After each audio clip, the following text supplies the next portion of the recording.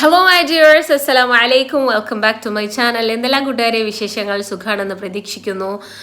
And ഇന്ന് ഞാൻ നിങ്ങളോട് സംസാരിക്കാൻ പോകുന്നത് എൻ്റെ ലൈഫിൽ സംഭവിച്ചിട്ടുള്ള ഭയങ്കര ഡിസാസ്ട്രസ് ആയിട്ടുള്ള ഒരു കാര്യത്തെക്കുറിച്ചാട്ടോ.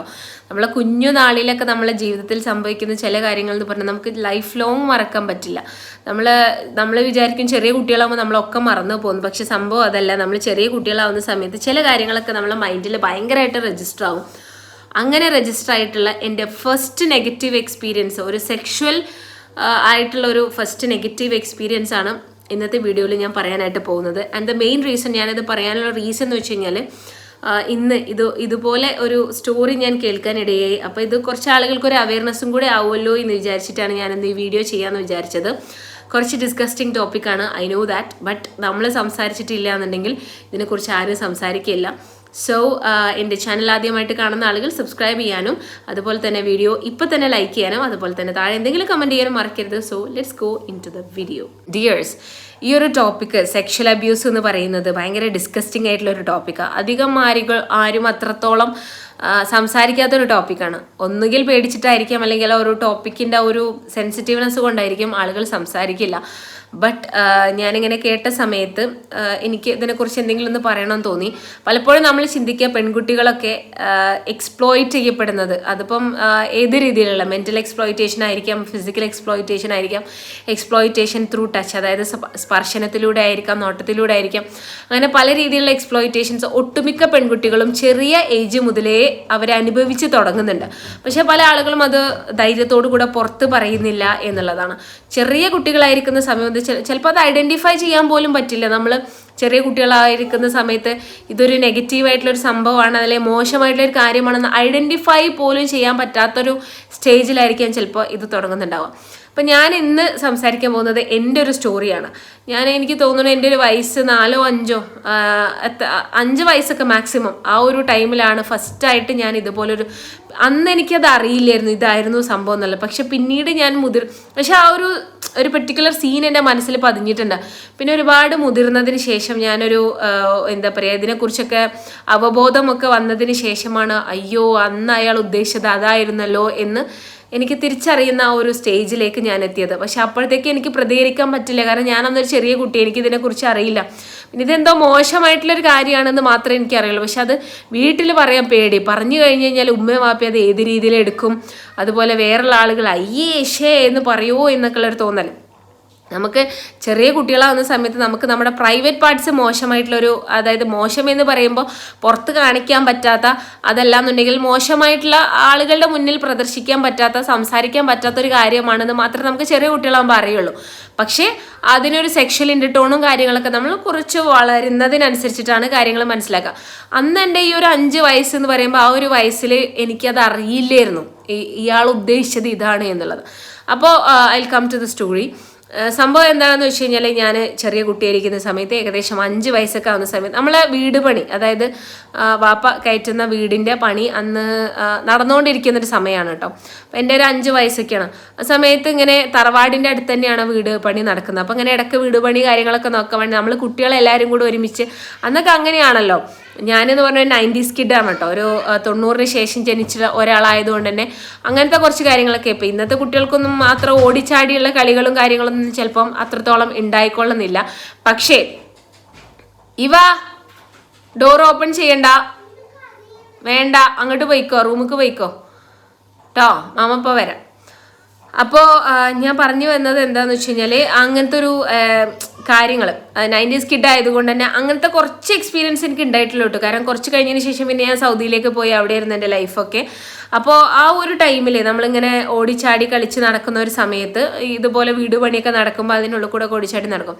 അപ്പം എൻ്റെ കൂട്ടുകാരൊക്കെ ഉണ്ട് കേട്ടോ. പക്ഷെ കൂട്ടുകാരൊക്കെ അപ്പുറത്തെന്തോ കളിക്കുക. അപ്പം ഞാൻ ആ കിച്ചൻ്റെ ഭാഗത്ത് ഒരാൾ ഇരുന്നിട്ട്, എന്താ പണിയെന്ന് ശരിക്കും എനിക്ക് ഓർമ്മയില്ല, കാരണം ഇരുന്നിട്ട് എന്തോ തേക്കുകയോ അങ്ങനെ എന്തോ ഒരു പണിയിലാണ് ആൾ. എന്താ കറക്റ്റ് എനിക്ക് ഓർമ്മയില്ല, കാരണം അന്ന് ഞാൻ ചെറിയ കുട്ടിയാണ്. പക്ഷെ ആ ഒരു സംഭവം മാത്രമേ എൻ്റെ ഉള്ളിൽ സ്ട്രൈക്ക് ആയിട്ടുള്ളൂ. അയാൾ ഇരിക്കുന്ന ഒരു പൊസിഷനും അതുപോലെ അയാൾ ചെയ്തുകൊണ്ടിരുന്ന ഒരു പ്രവൃത്തി. അപ്പോൾ അയാൾ എന്നെ കാണുന്ന സമയത്ത് അയാൾ മാസ്റ്റർബേറ്റ് ചെയ്തുകൊണ്ടിരിക്കുകയാണ്. അന്ന് എന്താ അത് സംഭവം എന്ന് എനിക്ക് അറിഞ്ഞൂടാ. എന്താ ഇപ്പം ഇയാൾ ഇങ്ങനെ ചെയ്യുന്നത്, അയ്യേ മോശം എന്നുള്ള രീതിയിൽ, ഇതെന്തോ മോശം കാര്യമാണെന്ന് എനിക്കറിയാം. ഞാനിങ്ങനെ നോക്കി നിന്നു. ഇപ്പം അയാൾ എന്താണ് ഉദ്ദേശിച്ചതെന്ന് എനിക്ക് മനസ്സിലായി. ഞാൻ അങ്ങനെ നോക്കി. പിന്നെ എനിക്ക് എന്തൊക്കെയോ അറപ്പോ പേടിയോ എന്തൊക്കെയൊക്കെ തോന്നി. ഞാൻ നേരെ വീട്ടിലേക്ക് ഓടിപ്പോയി. അപ്പോൾ ആ ഒരു സമയത്ത് ഇത് ഒരു സെക്ഷലായിട്ടുള്ളൊരു കാര്യമാണെന്നോ അതല്ലാന്നുണ്ടെങ്കിൽ മോശമായിട്ടുള്ള കാര്യമെന്നോ ഒന്നും എനിക്കറിയില്ല. അയാൾ ചിലപ്പോൾ എന്നെ കണ്ടപ്പോൾ, അതായത് ഞാനൊരു പെൺകുട്ടിയാണല്ലോ, അപ്പോൾ ആ പെൺകുട്ടികളോടുള്ള ഒരു ഇത് കാരണം ചിലപ്പോൾ ചില ഞരമ്പ് രോഗികൾക്ക് അങ്ങനെയാണ്. കുട്ടികളൊന്നുമില്ല, വലിയൊരൊന്നുമില്ല, 2 മാസം പ്രായമായ കുട്ടികളടക്കം റേപ്പ് ചെയ്ത കേസുകളൊക്കെ നമ്മൾ കണ്ടതാണ്. കേരള ചരിത്രത്തിൽ തന്നെ ഉണ്ടായിട്ടുള്ളതുമാണ്. 2 മാസം 2 വയസ്സാണ് തോന്നുന്നു. 2 വയസ്സ് പ്രായമായിട്ടുള്ള കുട്ടികളെ റേപ്പ് ചെയ്തൊക്കെ ചരിത്രമുള്ള നാടാണ് നമ്മൾ കേരളത്തിൽ. അപ്പോൾ പിന്നെ ഒരു 5 വയസ്സായിട്ടുള്ള ഒരു കുട്ടി എന്ന് പറയുമ്പോൾ പറയേണ്ട ആവശ്യമില്ലല്ലോ. അങ്ങനെയാണ്. പിന്നെ എനിക്കറിയില്ല അയാൾ എന്തുകൊണ്ടാണ് അങ്ങനെ റിയാക്ട് ചെയ്തത് എന്നുള്ളതിനെക്കുറിച്ച് എനിക്ക് ഒരു പിടുത്തമില്ല. ഒരുപാട് കാലത്തിന് ഞാൻ അത് പറഞ്ഞിട്ടില്ല. പക്ഷെ എൻ്റെ മനസ്സിൽ എന്തോ ഒരു പേടി എൻ്റെ ഉള്ളിലുണ്ടായിരുന്നു. ഇത് ഭയങ്കര മോശമായിട്ടുള്ള കാര്യം. എനിക്ക് പറയണമെന്നുണ്ട് ആളുകളോട്, പക്ഷേ എനിക്ക് പറയാൻ വയ്യ. അയാൾ എന്തോ നമ്മളെ വീട്ടിൽ പണിയെടുക്കാൻ വന്ന ആൾ വളരെ മോശ സ്വഭാവമുള്ള ഒരാളാണ്, അയാളെ ശ്രദ്ധിക്കണം എന്നൊക്കെ പറയണം എന്ന് എനിക്കുണ്ട്. പക്ഷെ എൻ്റെ കുഞ്ഞു മനസ്സിന് അത്രത്തോളം പക്വതയില്ല. അപ്പം അതുകൊണ്ട് എനിക്കത് പറയാൻ വയ്യ. അങ്ങനത്തെ ഉള്ള ഒരു അവസ്ഥ. അയാളുടെ ആ ഒരു നോട്ടവും അതുപോലെ തന്നെ അയാളുടെ ഒരു ആക്ഷനൊക്കെ ഇപ്പോഴും എൻ്റെ മനസ്സിൽ നിന്ന് കളയാൻ പറ്റുന്നില്ല. അങ്ങനെ പിന്നെ ഒരുപാട് വർഷങ്ങൾ കഴിഞ്ഞതിന് ശേഷമാണ് എനിക്ക് ധൈര്യം വന്നത് ഇതിനെക്കുറിച്ച് തുറന്ന് സംസാരിക്കണം. എനിക്ക് അന്ന് ഇങ്ങനെ ഒരു എക്സ്പീരിയൻസ് ഉണ്ടായിരുന്നു എന്നല്ല. അന്ന് ഞാൻ ആ പറഞ്ഞ സമയത്ത് ഉമ്മ അതുപോലെ ഇവരൊക്കെ പറഞ്ഞ അന്ന് എൻ്റെ നീ അത് പറയാഞ്ഞെന്ന് ചോദിച്ചു. ഇപ്പോൾ പറഞ്ഞിട്ട് ഇനിയിപ്പോൾ എന്താ കാര്യം. പക്ഷെ നമ്മുടെ നാട്ടിൽ ഇങ്ങനെയുള്ള സംഭവങ്ങൾ സംസാരിക്കുക എന്ന് പറഞ്ഞാൽ ഒരു ടാബുവാണ്, അതായത് വളരെ മോശപ്പെട്ട കാര്യമാണ്. അപ്പോൾ അതിനെക്കുറിച്ച് സംസാരിക്കാൻ പറ്റിയ ഒരു സിറ്റുവേഷൻ അല്ല നമ്മുടെ നാട്ടിൽ എന്ന് പറഞ്ഞാൽ. ഇങ്ങനത്തെ ഒരു ആംബിയൻസ് ഇപ്പോഴും മാതാപിതാക്കൾക്ക് കുട്ടികൾക്ക് കൊടുക്കുന്നുണ്ടോ എന്ന് ചോദിച്ചു കഴിഞ്ഞാൽ ഡൗട്ടാണ്.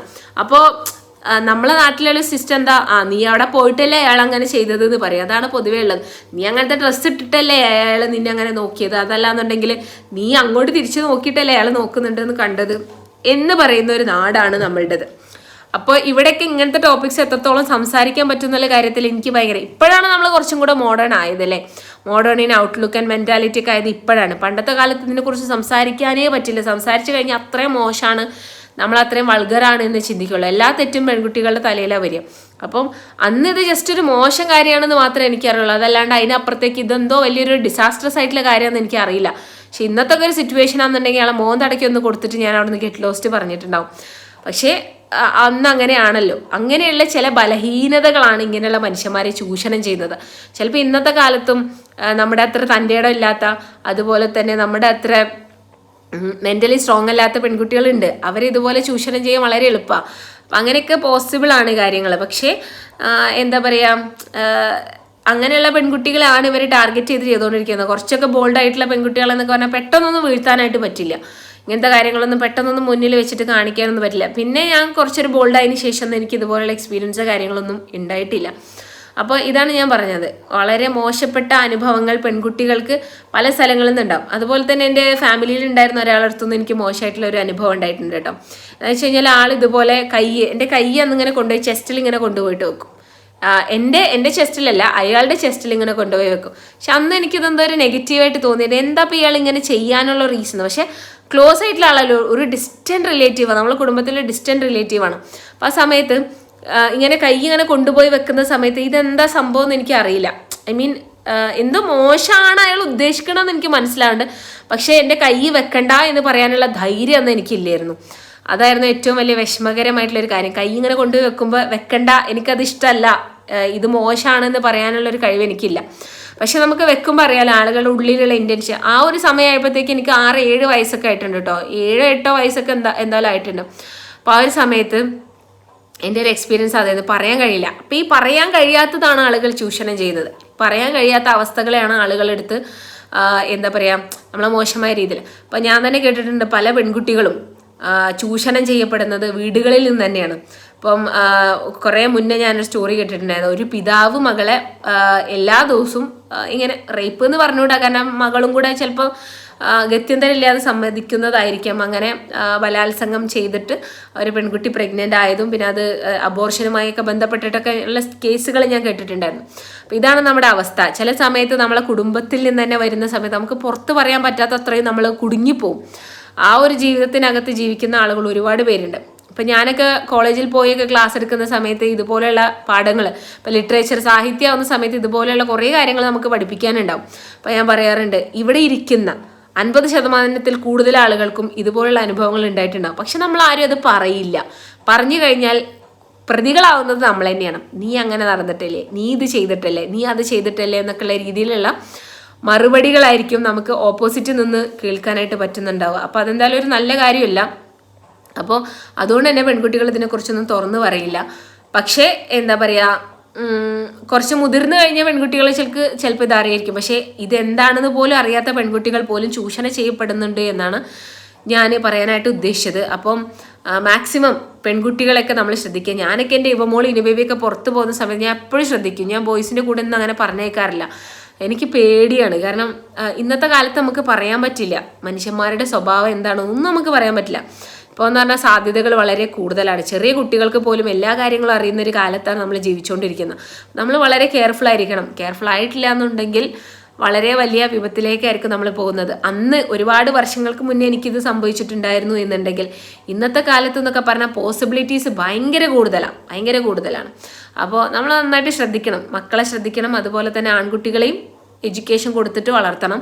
പ്രായമാകുന്ന സമയത്ത് സെക്ഷൽ എഡ്യൂക്കേഷൻ ആൺകുട്ടികൾക്കും പെൺകുട്ടികൾക്കും കൊടുക്കണം. ഈ ഒരു ക്യൂരിയോസിറ്റി കൊണ്ടാണ് ഇവരിങ്ങനത്തെ മോശമായ രീതിയിലേക്കൊക്കെ വരുന്നത്. ഈ ഒരു സെക്ഷൽ ക്യൂരിയോസിറ്റി ഉണ്ടല്ലോ, അതാണ് ഈ ആൺകുട്ടികളെ ആണെങ്കിലും പെൺകുട്ടികളെ ആണെങ്കിലും ഇതിലേക്ക് വരുത്തുന്നത്. അതുകൊണ്ടാണ് പല ആൺകുട്ടികളും ചെറിയ പെൺകുട്ടികളൊക്കെ കാണുന്ന സമയത്ത് ട്രൗസർ അഴിച്ചിട്ട് അതെന്താണെന്ന് നോക്കുന്നതൊക്കെ ഇതുകൊണ്ടാണ്. ഈ ഒരു ക്യൂരിയോസിറ്റിയാണ്. അപ്പം അത് തീർത്തു കൊടുക്കുന്ന രീതിയിലുള്ള ഒരു സെക്ഷൽ എഡ്യൂക്കേഷൻ കൊടുത്തു കഴിഞ്ഞാൽ ഒരുപാട് പ്രശ്നങ്ങളൊക്കെ മാറ്റാനായിട്ട് സാധിക്കും. പിന്നെ അത്രയും ഞരമ്പസുകളുള്ള ആളുകൾ മാത്രമേ ഇങ്ങനത്തെ മോശമായിട്ടുള്ള പ്രവൃത്തികളിലേക്കും കാര്യങ്ങളിലേക്കൊക്കെ പോവുള്ളൂ. അപ്പോൾ ഇതൊരു അഡ്രസ്സ് ചെയ്യപ്പെടേണ്ട ഒരു വിഷയമായിട്ട് എനിക്ക് തോന്നിയതുകൊണ്ടാണ് ഇന്നത്തെ ഒരു വ്ളോഗ് ഇതിലാകാം എന്ന് വിചാരിച്ച് ഞാൻ ഈ ഒരു ടോപ്പിക്കിനെ കുറിച്ച് സംസാരിച്ചത്. അപ്പം അത്രയേ ഉള്ളൂ.